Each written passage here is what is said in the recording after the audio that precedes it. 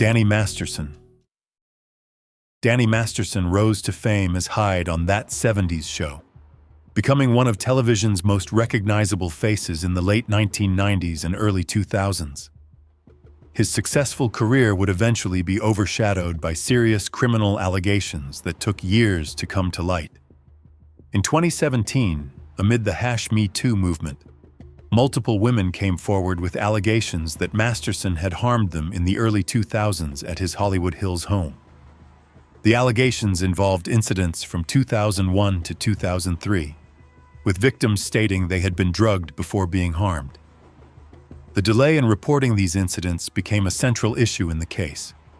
Why did it take so long for these allegations to surface? Masterson was a prominent member of the Church of Scientology, and victims alleged that the church discouraged them from reporting to law enforcement. This institutional pressure created an environment where victims felt they couldn't come forward without facing retaliation or being ostracized from their community. The church has denied these allegations of discouraging reporting. The Los Angeles Police Department opened an investigation in 2017, and Masterson was arrested in June 2020 on 3 counts.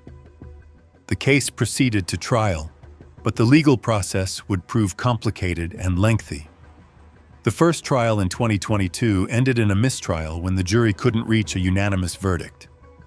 The hung jury meant prosecutors had to decide whether to retry the case.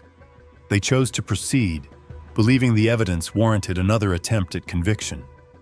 A retrial in 2023 resulted in Masterson being convicted on 2 of the 3 counts of forcible rape. The jury was deadlocked on the 3rd count, and the judge subsequently dismissed that charge rather than declaring it an acquittal. During the trial, victims provided emotional testimony about what they had experienced and how it had affected their lives. The proceedings highlighted the challenges victims face when coming forward years after incidents occur. One victim told Masterson during sentencing, "I forgive you. Your sickness is no longer mine to bear," demonstrating the personal healing process some victims undergo regardless of legal outcomes. Other victims spoke about how the incidents had impacted their relationships, careers, and mental health. Throughout the proceedings, Masterson maintained his innocence, stating that all encounters had been consensual.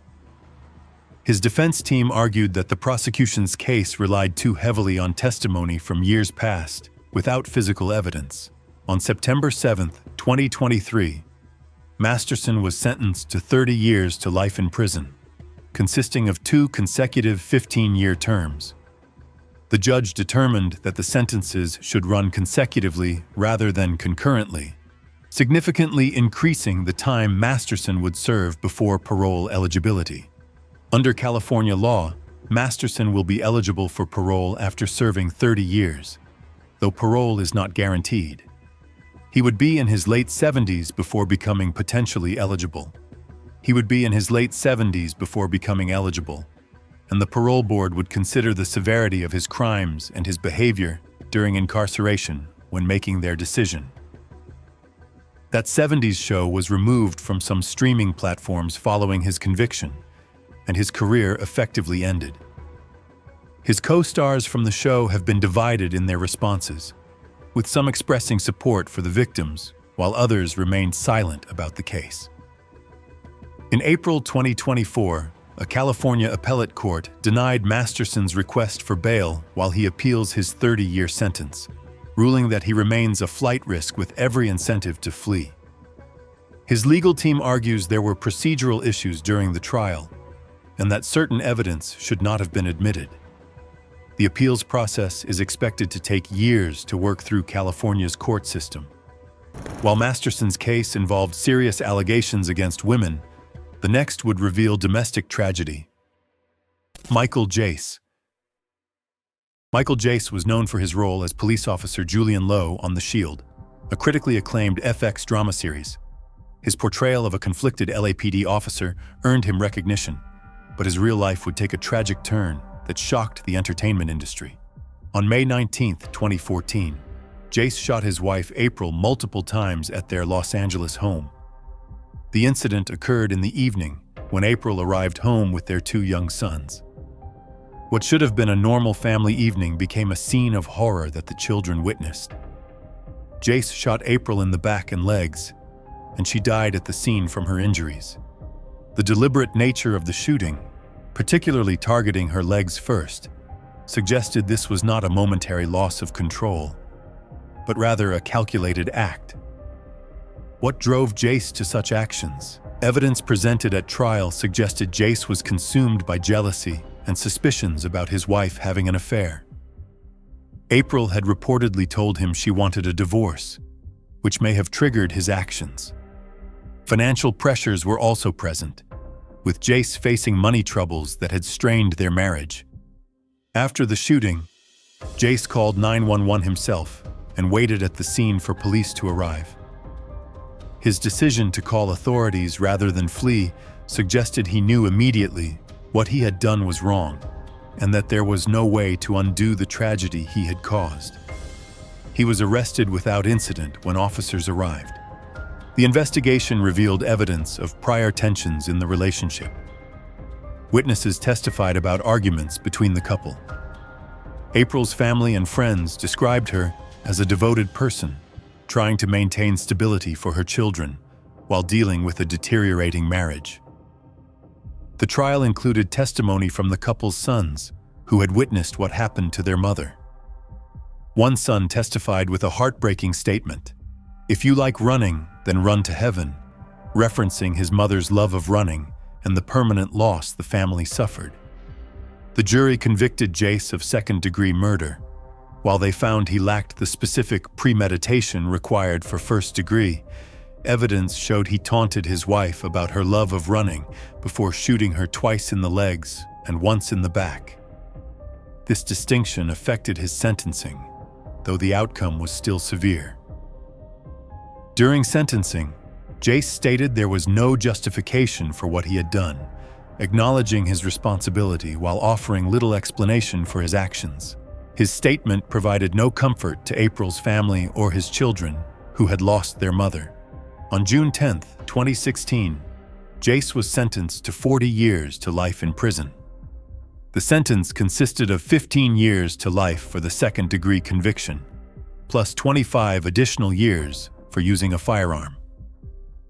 April's family spoke about the devastating loss of someone they described as a devoted mother and accomplished professional. She had worked in financial services and had been supporting the family while Jace's acting career had slowed. Her loss left a void in her children's lives that could never be filled. Jace is currently serving his sentence in California State Prison. His parole eligibility remains unclear, but he will serve decades before having any chance at release. His acting career ended completely, with The Shield being the last major project he was associated with. From domestic tragedy, the next case would involve untreated mental health issues. Johnny Lewis. Johnny Lewis appeared in numerous television shows including Sons of Anarchy, where he played Kip Halfsack Epps. However, his personal struggles would lead to a tragic end. On September 26, 2012, Lewis broke into the Los Angeles home of 81-year-old Catherine Davis, his landlady. What happened inside that home shocked investigators and the community. Catherine was found deceased from injuries sustained during the incident, and her cat had also been harmed. The circumstances suggested Lewis was experiencing a severe mental health crisis. Neighbors had reported him acting erratically in the hours before the incident, and he had been involved in altercations on the street. His behavior indicated someone who was not in control of his faculties. What led to Lewis's mental state? Evidence suggested Lewis had suffered a head injury in recent years that went untreated. Traumatic brain injuries can cause dramatic personality changes, serious impulse control problems, and dangerous psychotic episodes. His family later stated he had refused treatment for his deteriorating mental health, making intervention difficult. The Los Angeles County Coroner's report confirmed that no illicit drugs or alcohol were in Lewis's system. However, he had a documented history of using synthetic drugs like Spice or 2-CI in the months prior, which his father believed had caused permanent, irreversible damage to his brain.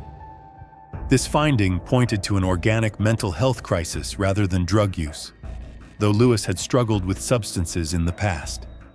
The clean toxicology surprised many who had assumed his behavior was drug-induced and expected to find evidence of substance use. After the incident with Catherine Davis, Lewis either jumped or fell from the roof of the building. He died at the scene from injuries sustained in the fall. His passing meant there would never be a trial. The investigation revealed Lewis had been in and out of jail on minor charges in the months before his final incident. Each time he was released, concerned family members and friends tried to get him mental health treatment, but California's laws made involuntary commitment difficult unless someone posed an imminent danger. Johnny Lewis was a second-generation Scientologist, and his family's adherence to the church's anti-psychiatry doctrine led them to seek detox programs like Narconon rather than the clinical psychiatric intervention he required after his head injuries. This may have influenced his family's approach to treatment. His Sons of Anarchy co-stars expressed shock at his passing and the circumstances surrounding it. Many had noticed changes in his behavior, but didn't realize how severe his mental health crisis had become. The entertainment industry has since had more discussions about supporting performers experiencing mental health challenges. LA Magazine published an extensive investigation titled The Secret Life of Johnny Lewis that explored his descent from promising actor to someone experiencing a complete mental breakdown. The article highlighted missed opportunities for intervention and the challenges families face when trying to help adult loved ones. Catherine Davis's family expressed heartbreak at losing their mother in such a violent way. They emphasized that she had tried to help Lewis by providing affordable housing, not knowing he was experiencing such severe mental health issues. Her kindness was repaid with tragedy. There was no trial, no conviction, and no sentence because Lewis died at the scene. His case instead became a cautionary tale about untreated mental health issues and the systems that fail to provide adequate care before tragedies occur. It raised difficult questions about when and how society should effectively intervene with individuals clearly in crisis. The entertainment industry has since increased awareness about mental health resources available to performers, though critics argue more needs to be done. Lewis's case remains a reminder that fame doesn't protect against mental illness, and early intervention is crucial. While Lewis's case involved mental health, the next would reveal depression leading to unfathomable actions. Ryan Grantham. Ryan Grantham was a Canadian actor known for roles in Riverdale and the film Diary of a Wimpy Kid. His future seemed promising until a tragic event in 2020. On March 31, 2020, Grantham shot his mother Barbara Waite in the back of the head while she played piano in their British Columbia home. The deliberate nature of the shooting, coming from behind while she was engaged in a peaceful activity, showed planning rather than a spontaneous act. What made this case particularly disturbing was what Grantham did immediately after. He filmed a video confession using a GoPro camera, stating, "I shot her in the back of the head. In the moments after, she would have known it was me." This self-documentation provided irrefutable evidence of his actions and his state of mind.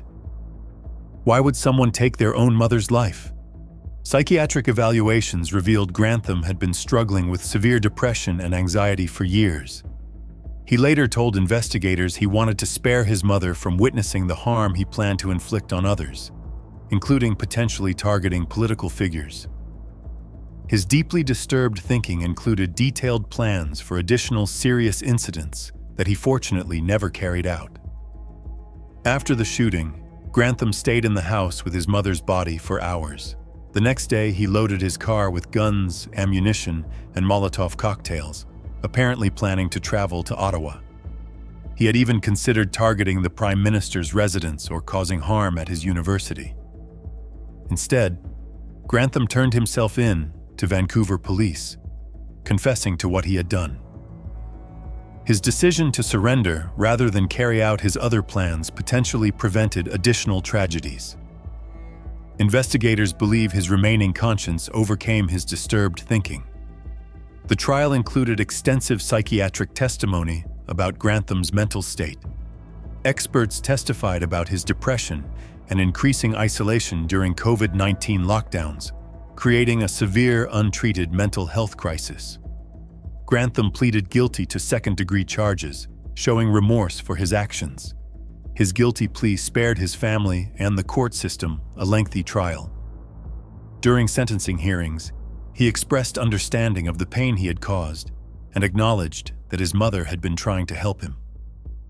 Barbara Waite's sister spoke about the family's loss, describing Barbara as a loving mother who had supported her son's acting career from a young age.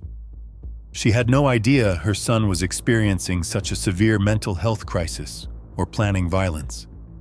The family emphasized the importance of mental health awareness and early intervention. In September 2022, Grantham was sentenced to life in prison.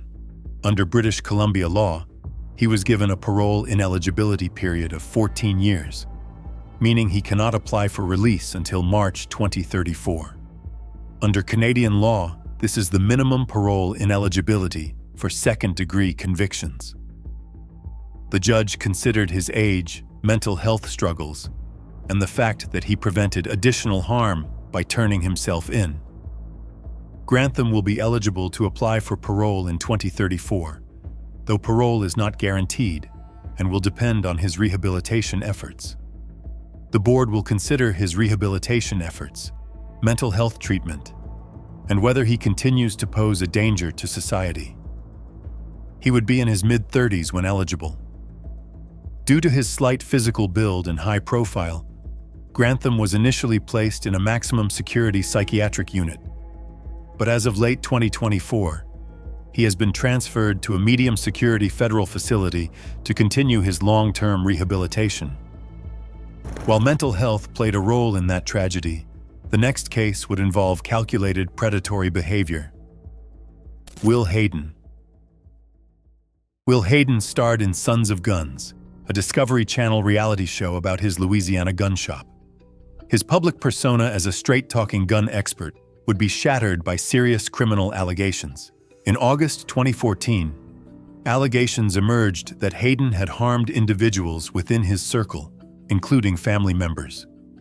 The allegations involved incidents spanning decades, with some allegations dating back to the 1990s. The extensive scope and lengthy timeline of the serious allegations shocked those who knew him. Due to the sensitive nature of these cases involving minors, specific details cannot be provided. What can be stated is that multiple victims came forward with allegations of serious harm spanning years. The allegations involved individuals who were vulnerable and trusted Hayden.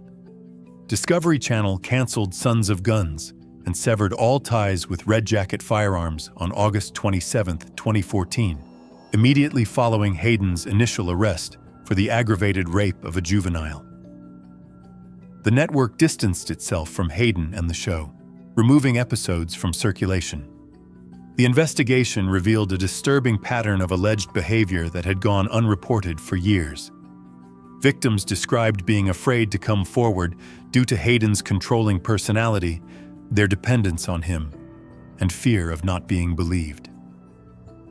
The power dynamic between Hayden and his alleged victims made reporting extremely difficult. Hayden was arrested in August 2014 and held without bond while awaiting trial. The severity of the charges and the alleged pattern of behavior led prosecutors to consider him a flight risk and danger to the community. He remained in jail throughout the legal proceedings. In April 2017, Hayden was convicted on multiple counts related to serious harm of minors. The jury found the prosecution had proven its case beyond a reasonable doubt. The conviction came after emotional testimony from victims who had carried the burden of what happened to them for years. In 2017, Hayden was sentenced to 2 consecutive life terms plus 40 years. In Louisiana, A life sentence for these specific crimes is served without the possibility of parole, effectively a natural life sentence.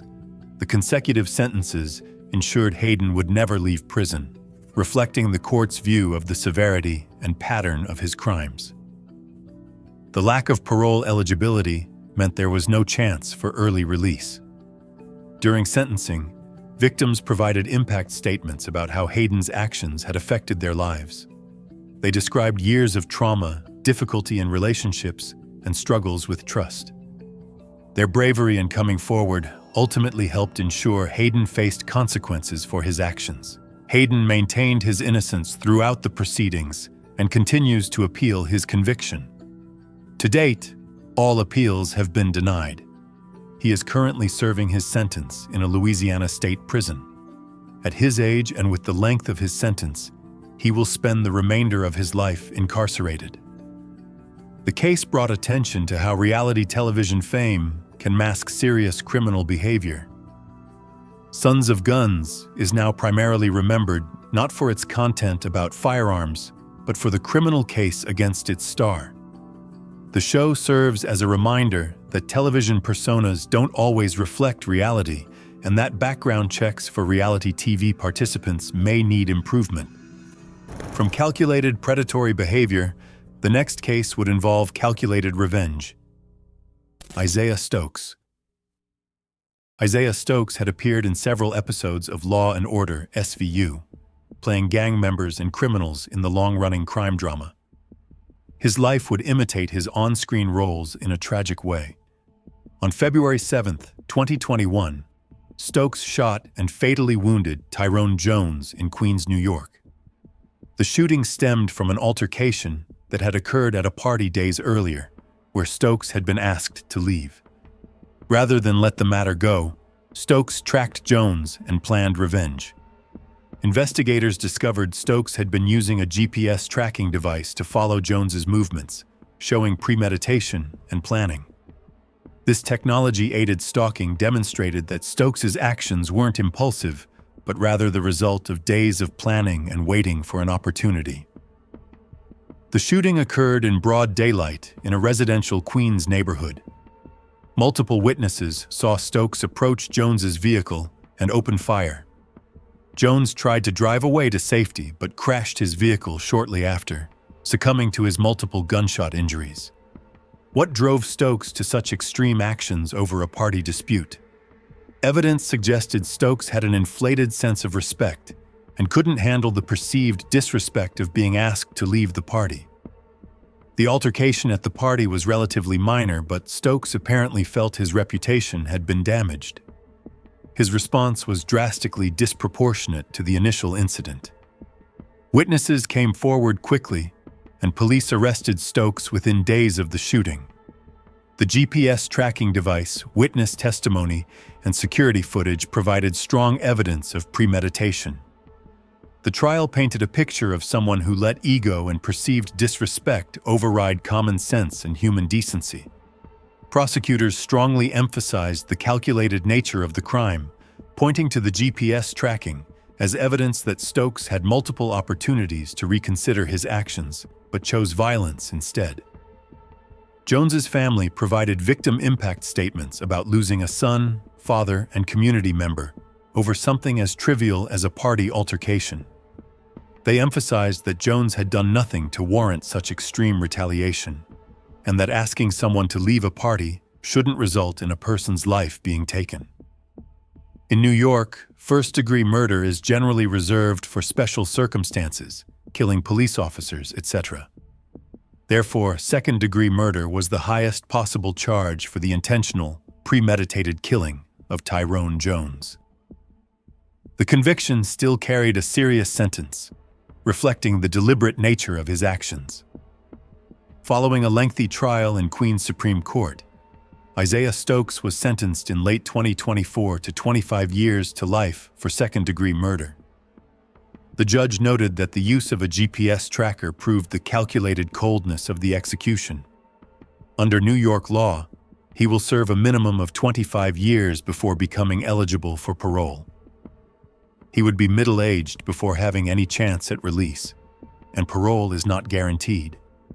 During sentencing, the judge noted that Stokes had taken a life over a minor dispute that most people would have simply walked away from.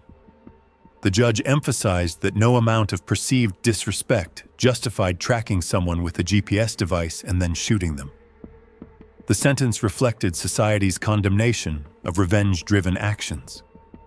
Stokes's television appearances on Law & Order SVU have been removed from various streaming platforms where possible, and he is no longer associated with the franchise. His acting career ended with his arrest, and he will spend decades in prison for letting ego and anger override judgment. He is currently serving his sentence in a New York State prison. If you've made it this far and enjoy deep dives into the most shocking criminal cases, hit that subscribe button and don't forget to press the bell icon. He is currently serving his sentence in a New York State prison. The case serves as a stark reminder that minor disputes can escalate into tragedy when individuals prioritize reputation over human life. It also highlighted how easy access to both weapons and tracking technology can enable calculated acts of revenge. While violent crimes dominated previous cases, the next would reveal how fame and greed can lead to financial fraud. Todd and Julie Chrisley.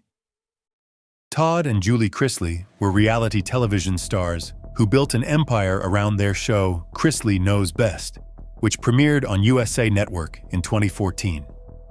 The show portrayed their lavish lifestyle in Atlanta and later Nashville, complete with designer clothes, luxury cars, and an expensive mansion. Behind the scenes, their financial reality told a different story. In 2019, federal prosecutors charged the couple with bank fraud, wire fraud, and tax evasion in a scheme that prosecutors said defrauded banks out of more than $30 million. The scheme reportedly began before their television fame. Prosecutors alleged the couple provided fake bank statements and audit reports to convince financial institutions they had far more money than they actually possessed. These fraudulent documents allowed them to borrow millions of dollars to fund their extravagant lifestyle of luxury homes, designer clothes, expensive cars, and lavish vacations that were central to their television show's appeal. The show ironically celebrated a lifestyle built on fraudulent foundations. What made their case particularly notable was that they continued the scheme even after gaining fame and presumably earning substantial income from their television show. The couple was also accused of tax evasion, specifically hiding income from the IRS to avoid paying taxes on their earnings. They allegedly created a production company to hide Todd's income from his reality show, directing payments through corporate entities rather than receiving them personally. The investigation involved extensive document analysis by federal agents who traced money flows through multiple bank accounts and corporate entities.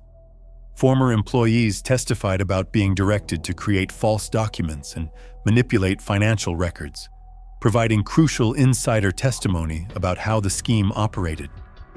Their accountant also testified in great detail, providing crucial insider insight into the couple's financial machinations and deceptive practices over many years. Their accountant also testified, providing insight into the couple's financial machinations. The trial in 2022 included testimony from numerous witnesses and presentation of extensive financial records. The jury heard extensive, compelling evidence about forged documents, hidden accounts, and elaborate schemes to deceive both banks and tax authorities. The prosecution built a case showing a pattern of fraud spanning years. Throughout the trial, the Chrisleys maintained their innocence, claiming they were victims of a vindictive former employee who had stolen from them and framed them for financial crimes.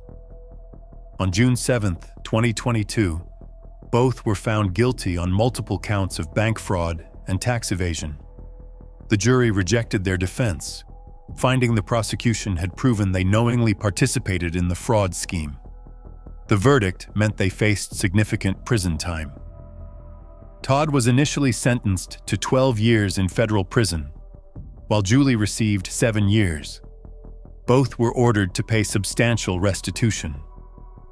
In June 2024, an appeals court upheld Todd Chrisley's 12-year sentence, but vacated Julie Chrisley's 7-year sentence due to insufficient evidence regarding her involvement in the bank fraud prior to 2007. She was subsequently resentenced to 84 months, 7 years, again in September 2024, as the judge maintained the original term was appropriate. However, their case took an unexpected turn.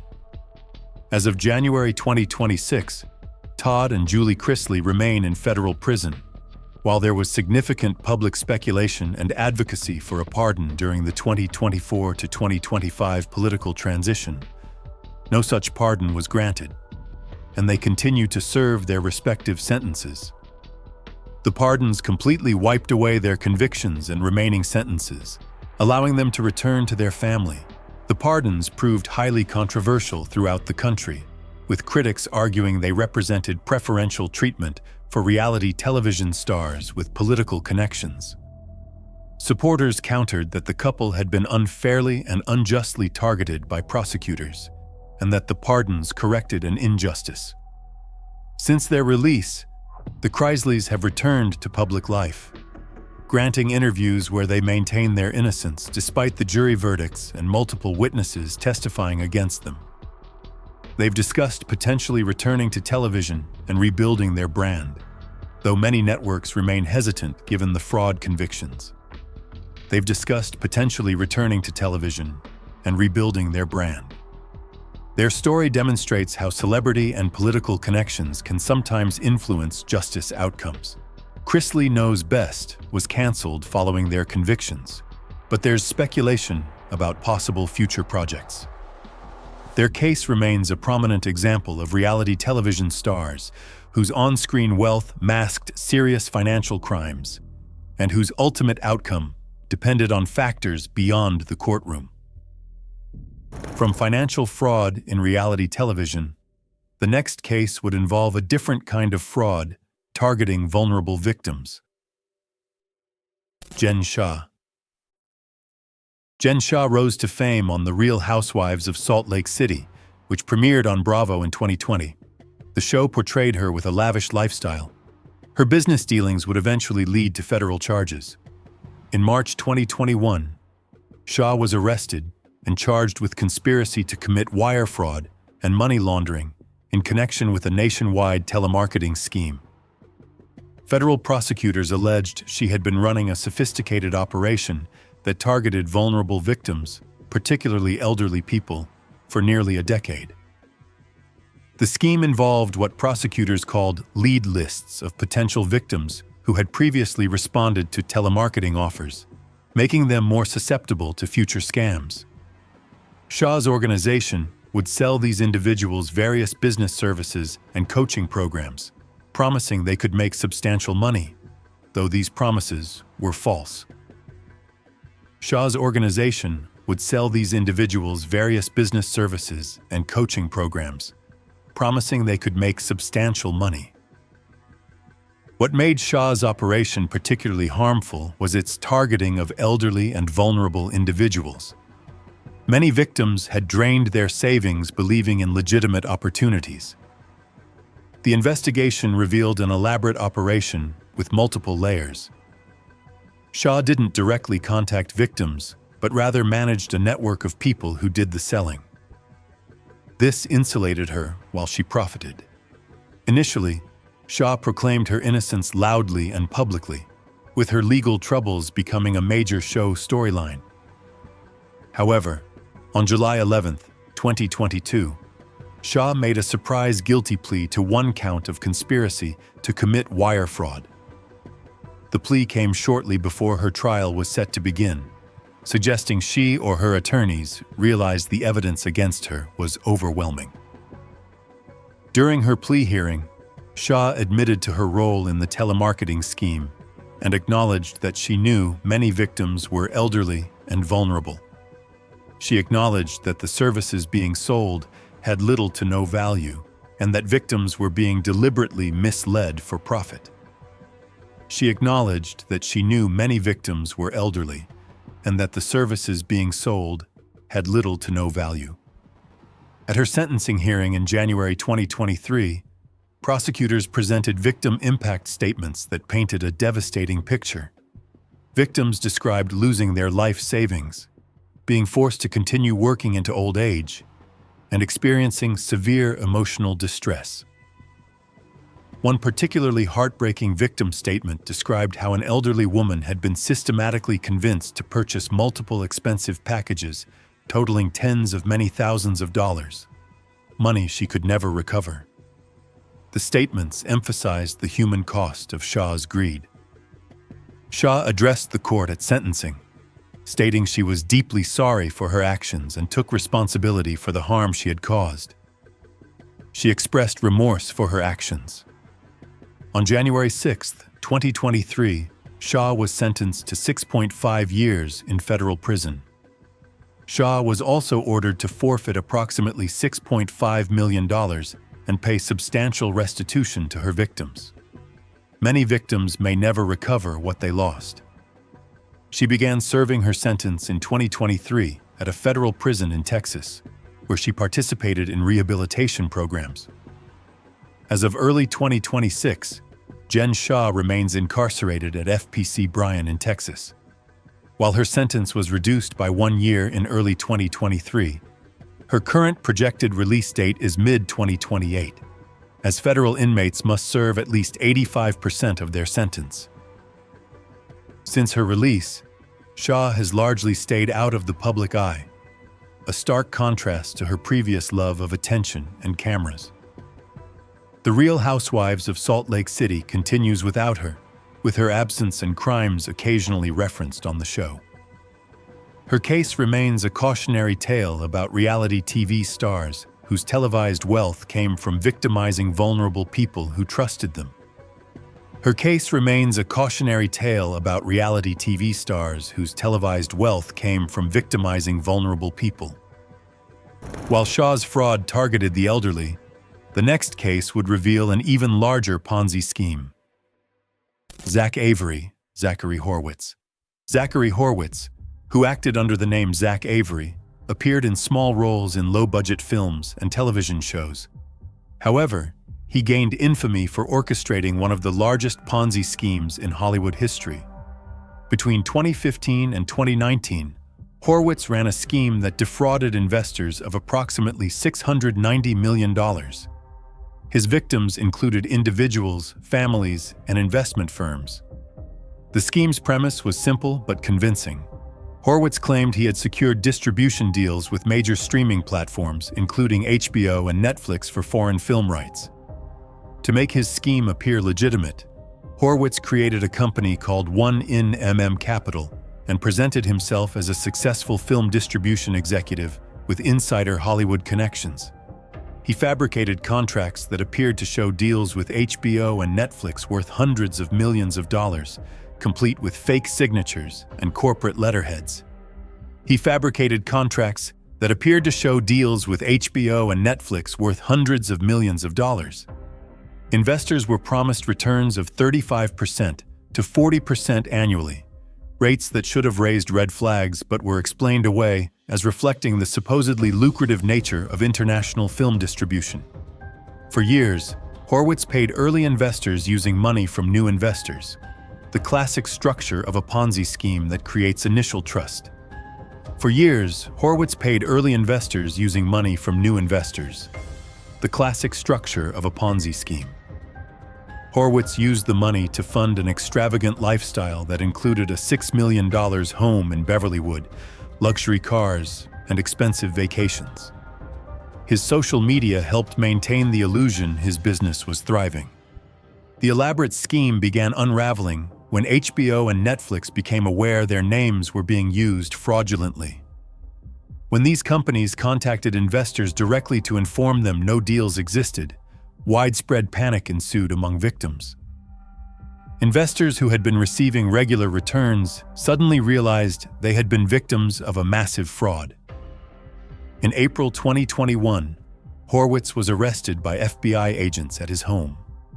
The investigation revealed forged contracts, fake emails, and evidence of deliberate deception.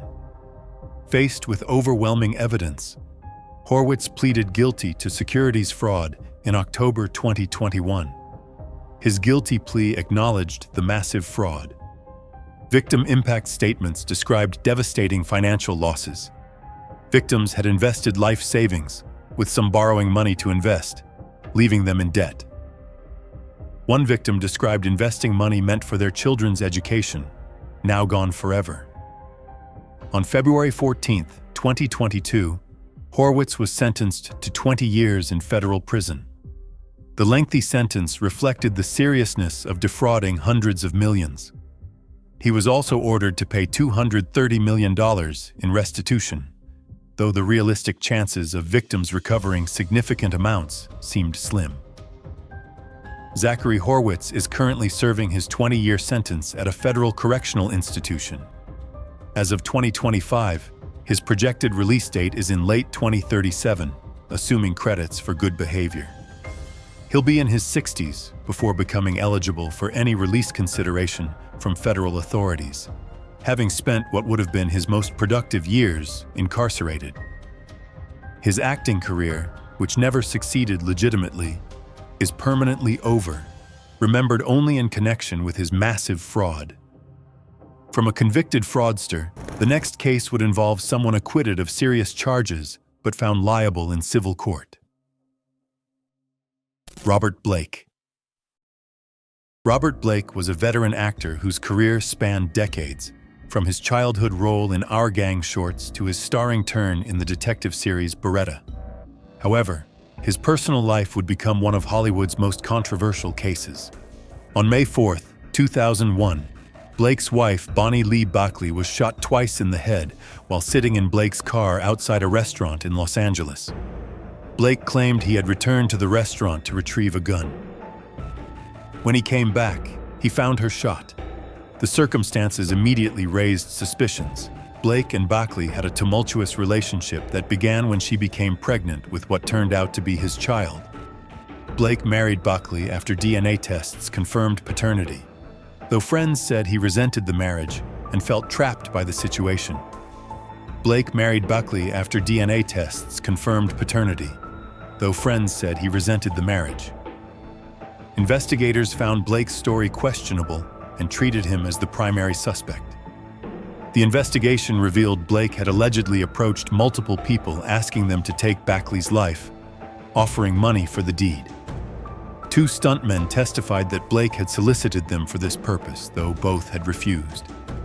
Blake was arrested and charged with soliciting others to commit the act and with personally carrying it out. Blake hired a prominent defense team and maintained his innocence. The trial in 2005 lasted several months and included testimony from dozens of witnesses who painted a picture of Blake's troubled relationship with Buckley. The prosecution presented the stuntmen, forensic evidence, and testimony about the troubled relationship, arguing Blake had motive, means, and opportunity.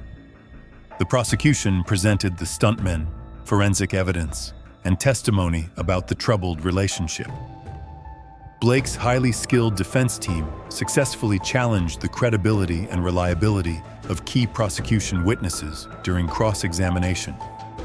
They portrayed the stuntmen as unreliable and suggested someone else had taken Buckley's life, possibly connected to her past involvement in various schemes. On March 16, 2005, Blake was acquitted of all criminal charges.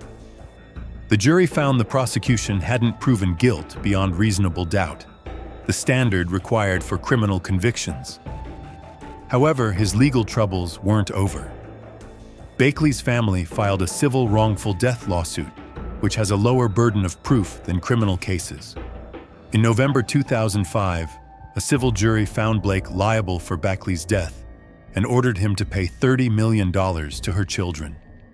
The same evidence that failed to convince a criminal jury to convict was sufficient for the civil jury to find him responsible. Blake spent his remaining years largely out of the public eye. He never returned to acting, with his career ended by the scandal. Robert Blake died of heart disease on March 9, 2023. While he was acquitted in criminal court, He did serve approximately 1 year in county jail while awaiting trial between 2002 and 2003. He died a free man, never having served prison time for his wife's demise. His death reignited intense debates about the case and whether true justice had been adequately served to the victim. His complicated legacy now includes both his acting achievements and the controversy surrounding his wife's unsolved passing. From someone who avoided prison despite civil liability, the next case would involve someone who avoided trial through tragic means. Mark Salling. Mark Salling gained fame playing Noah Puck Puckerman on the hit Fox musical series Glee, which ran from 2009 to 2015. His personal life would reveal a disturbing hidden side. In late 2015, Salling's then-girlfriend reported him to authorities after discovering disturbing material on his computer. Her report set in motion an investigation by LAPD's Internet Crimes Against Children Task Force. A search warrant executed at Salling's home led to the discovery of tens of thousands of images and videos of illicit material involving minors on his computers and flash drives. Forensic examination revealed over 50,000 images. Federal prosecutors emphasized the serious nature and large quantity of the material. On October 4, 2017, Salling pleaded guilty to 1 count of possession of material depicting minors in illicit situations.